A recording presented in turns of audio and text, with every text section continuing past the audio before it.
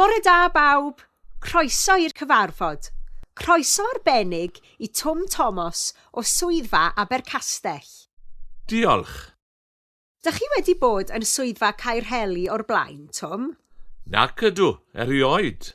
Twm, dyma Llinos, Llion, Ffion, Rhian, Ryan, Rhys, Rhodri a Rhiannon. Helo, Twm. Twm! Siaradwch yn araf os gwelwch yn dda. Dwi ddim yn gallu cofio enwau pawb. Peidiwch â phoeni.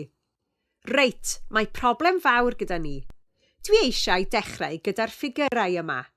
Trowch eich cyfrifiaduron ymlaen. Edrychwch ar y graff. Esgusodwch fi, dyw'r cyfrifiadur yma ddim yn gweithio. Wel, edrychwch ar y cyfrifiadur gyda Llinos te. Iawn, diolch.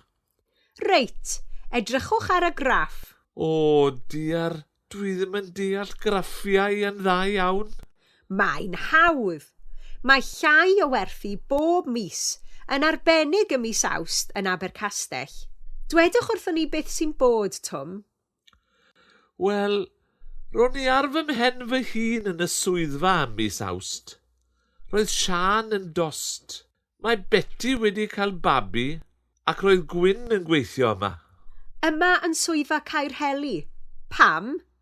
Achos roch chi a 10 o bobl o'r swyddfa yma ar y cwrs ymlacio gyda yoga ar Ynys Madeira am fis.